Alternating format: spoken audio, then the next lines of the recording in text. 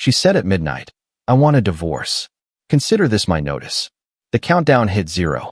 Fireworks lit the sky. I nodded. Notice received. I didn't explain why I smiled.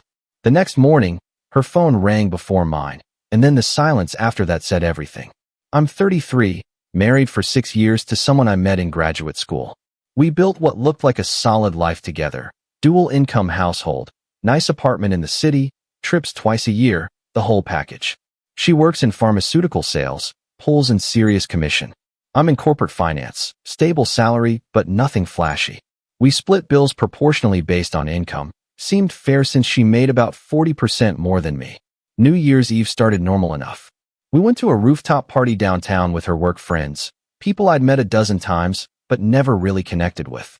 High earners, status conscious, the type who name-drop restaurants and vacation destinations constantly. I nursed a beer in the corner while she downed champagne with her colleagues, laughing at inside jokes I wasn't part of. The party was loud, packed with people I didn't know, all of them counting down to midnight like it meant something.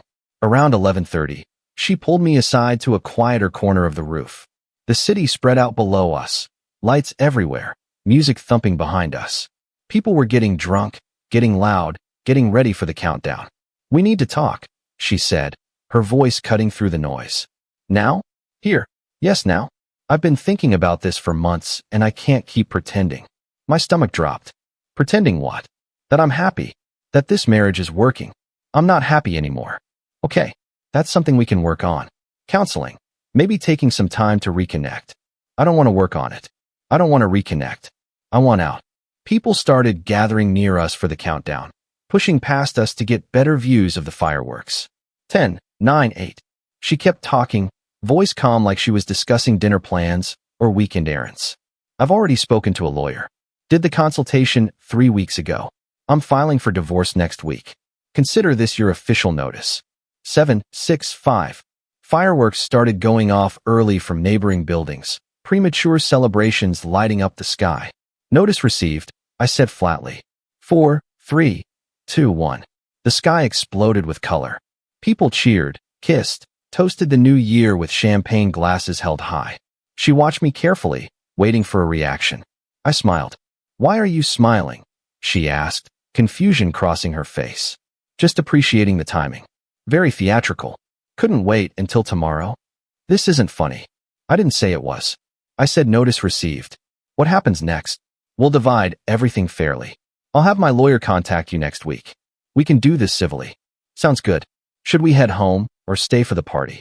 She looked confused, thrown off by my calm response. "That's it? You're not going to fight this?" "Not going to ask why. Would it change your mind if I did?" "No. My decision is final." "Then there's nothing to fight about. You've made your decision. I'm acknowledging it." We left the party 20 minutes later, her friends giving us curious looks as we headed out. The Uber ride home was completely silent. She kept glancing at me every few minutes, like she expected me to break down or get angry or demand answers. I stared out the window, watching drunk people stumble down sidewalks, watching the city celebrate while my marriage officially ended. At home, she went straight to the bedroom without another word. I stayed up, made coffee even though it was past midnight, sat at the kitchen table in the dark, pulled out my phone, and sent 3 carefully worded text messages. First to my divorce attorney. Yes, I already had one. Had consulted him 2 months ago after finding some very interesting things. She just announced it at midnight. Proceed with everything we discussed. Second to my accountant. Execute the financial arrangements we discussed. Do it tomorrow morning, first thing. Third to her boss at the pharmaceutical company. Per our conversation last month, she's announced the divorce. You'll receive the documentation Monday morning as promised. I'd known this was coming for 3 months now. Found her burner phone hidden in her gym bag back in October. Unlocked it with her thumbprint while she was sleeping one night after she'd had too much wine. Months of texts with her regional manager. Not just flirting, planning. Planning a life together. Planning her exit from our marriage. Planning how to maximize what she'd take from me in the divorce. The texts were incredibly detailed. She'd been funneling money into a secret account, claiming it was just setting aside her bonuses for a rainy day. Her regional manager was married too, with 2 kids. They'd planned to both file for divorce in January, wait a few months for things to settle, then go public with their relationship and start fresh together. I'd spent November and December preparing. Quietly, carefully, completely. Every step documented. Every move calculated. Update 1. New Year's morning, I woke up at 6 a.m. sharp. Made breakfast like it was any other day. Acted completely normal. She emerged from the bedroom around 8, looking exhausted and probably hungover from all that champagne. Coffee, I offered, holding up the pot. Sure. Thanks. We sat at the kitchen table in uncomfortable silence. Her phone was face down next to her plate. Mine was in my pocket, vibrating with incoming messages I was ignoring for now. At 8:47 a.m. exactly, her phone rang. Unknown number. She answered cautiously. Hello? Yes, this is she. What? When did this happen? I don't understand. This must be a mistake. Some kind of error. She hung up, face going pale. That was my bank. Someone drained my private savings account. $30,000, just gone overnight. That's terrible. Identity theft, probably. You should call them back right away. I'm going to. This has to be identity theft or fraud or something. She spent the next hour on the phone with her bank, her credit card companies, her investment accounts, getting more frantic with each call. Turns out her private accounts, the ones she thought I didn't know about, had been legally emptied overnight. How? Because 3 months ago, I'd consulted a forensic accountant who'd traced exactly how she'd been systematically taking marital assets and hiding them in separate accounts. Those accounts were funded with her bonuses, which were considered marital property since we filed taxes jointly. My attorney had quietly petitioned the court with all the evidence. Got a judgment that those funds were improperly separated marital assets. The court ordered them frozen, then transferred back to our joint accounts pending divorce proceedings. She'd been served the paperwork by email at 6 a.m. She just hadn't checked her email yet. This is insane, she said, still on the phone with her bank. My lawyer told me this account was protected, that it was separate property. Which lawyer? I asked innocently. The one I consulted last month. The one who's going to represent me. You might want to call them about this. She did. Waited on hold for 20 minutes, getting more agitated. Finally got through to someone. What do you mean you can't represent me? We had an agreement. I paid you a retainer last week. What do you mean conflict of interest? That doesn't make sense. She hung up, staring at her phone in complete disbelief. Everything okay? I asked. My lawyer says they can't represent me anymore. Says there's a conflict of interest. I don't understand how that's possible. It made perfect sense to me. Her lawyer, the one she'd hired in secret, was at a firm that also represented me. Different attorney, same firm. I'd made sure of that. Consulted with a junior partner there first, established attorney-client privilege. Once that was in place, anyone else at that firm was automatically barred from representing her against me due to conflict of interest rules. Her phone rang again. This time she recognized the number. Her regional manager. Her affair partner. Hey, what's what? Right now? But it's New Year's Day. Can't this wait until Monday? I'll call you back. She hung up slowly, looking shaken. I have to go into the office. On New Year's Day. Emergency meeting. Something about compliance issues. Need a ride? No. I'll take an Uber. She left 30 minutes later, still in yesterday's rumpled clothes, hair barely brushed. I cleaned up breakfast, did some laundry, watched some TV, waited. My phone kept buzzing with updates from my attorney. Everything was proceeding exactly as planned. Update 2. She came home at noon, crying. Not sad crying, angry, frustrated crying. The kind where you can't catch your breath properly. You did this. You had to have done this. Done what? Everything. The accounts, the lawyer, my job, all of it. You're behind this. I know you are. I'm behind you getting called into work on New Year's. I got fired. They terminated me effective immediately. Said I violated ethics policies. Inappropriate relationship with a superior. How did they know about that? Did you have an inappropriate relationship with a superior? That's not the point. That's entirely the point. Did you? She collapsed onto the couch. Someone sent them screenshots. Texts between me and my manager. Private texts from my personal phone. They said it was an anonymous tip, but I know it was you. When would I have gotten screenshots of texts from a phone I didn't know existed? I don't know how you did it, but you must have. Or maybe someone else found out. Maybe his wife found out and reported it. Maybe someone at your company noticed you two together and reported it. Maybe you weren't as careful as you thought you were. The truth was simpler. I'd sent those screenshots to her company's HR department in mid-December. Anonymous email, untraceable account. Their company has very strict policies about workplace relationships, especially between managers and their direct reports. He was her direct superior. She'd violated policy. So had he. This is going to ruin me. My career is completely over. You violated company policy. That has consequences. Stop being so calm about this. This is your doing. All of it. I haven't done anything except receive your notice of divorce. Everything else is just consequences of your choices. My choices? You set me up. I documented your affair. I protected marital assets you tried to hide. I made sure you couldn't use a lawyer with a conflict of interest. Those aren't setups. Those are responses to your actions. You knew. This whole time you knew. I found your burner phone in October. Read everything. Every text. Every plan. Every laugh at my expense.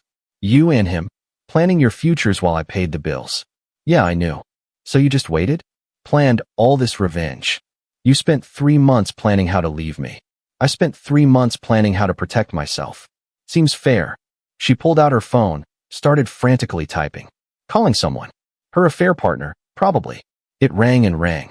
No answer. He's not picking up, she said desperately. Probably busy. He got fired too, right? And his wife probably found out. I'd imagine he's got a lot going on right now. You told his wife. I didn't have to. His company told him about the termination. He probably went home and confessed, or she figured it out when he showed up fired on New Year's Day. That's not on me. This is vindictive. This is cruel. This is protecting myself. You planned to divorce me, take marital assets you'd hidden, and walk away with no consequences. I made sure that wouldn't happen. I'm going to fight this. I'm going to take you for everything. With what lawyer? With what money? Your secret account is frozen. Your income just disappeared. You're starting from scratch. My parents will help. Will they? When they find out you had an affair with a married man. When they learn you tried to hide marital assets. When they discover you got fired for ethics violations. You really think they'll back that play? She stood up, grabbing her phone and keys. I need to leave. Where will you go? A friend's place. A hotel. Anywhere but here. Take what you need. Your new lawyer will be in touch about division of assets. I don't have a lawyer. Then you should find one. Soon. Clock's ticking. She left that night. Threw clothes in a suitcase. Called an Uber. Gone by 8 p.m. The apartment felt bigger without her. Quieter. Calmer. Update 3. The next morning, my attorney sent her the divorce paperwork via email and certified mail. Comprehensive, detailed, showing everything. Her hidden accounts, the affair, the violations of company policy that led to her termination. All documented with dates, screenshots, bank records. He also sent a proposed asset division. Given her attempt to conceal marital funds, given the affair, given everything, we were pushing for a favorable split. Not punitive, just fair based on her actions. She'd get what she was legally owed, nothing more. She hired an attorney by midweek. Someone outside the firm she'd originally contacted. Younger lawyer, less experienced, probably the only one willing to take her case on short notice. They reviewed everything, sent back a counterproposal. Laughable. They wanted 60% of assets, spousal support for 3 years, the works. My attorney responded with a single sentence. If your client wishes to litigate, we're prepared to present all evidence of affair and asset concealment in open court where it becomes public record. They backed down within 48 hours. Sent a revised proposal much closer to our terms. Meanwhile, her world kept shrinking. Lost her job, lost her lawyer, lost her affair partner who went crawling back to his wife begging forgiveness. Her parents found out through mutual friends who'd seen her fired. They called me, apologized profusely, said they didn't raise her to be like this. She made choices, I told her mother. I'm just responding to those choices in a way that protects my interests. You're handling this with more grace than she deserves, her mother said. I'm so sorry you got hurt. You were always good to her. I appreciate that. Her father asked if there was anything they could do to help the situation. I said no, just let the legal process play out. They agreed, said they'd support whatever outcome was fair. 2 weeks after New Year's, she called me directly, number I didn't recognize. Must have gotten a new phone. Can we talk?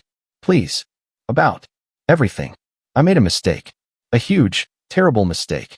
I was confused and scared and I thought I wanted something else, but I was completely wrong. You want to reconcile? I want to try.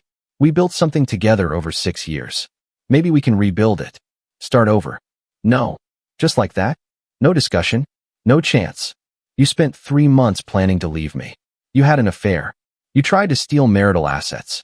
You announced a divorce at midnight on New Year's Eve surrounded by strangers at a party. There's nothing to discuss. I was going to end it with him. My manager. It wasn't serious. It was serious enough to get you both fired. Serious enough to plan futures together. That was your fault. That was your choice. You chose to have the affair. You chose to violate company policy. You chose to hide assets.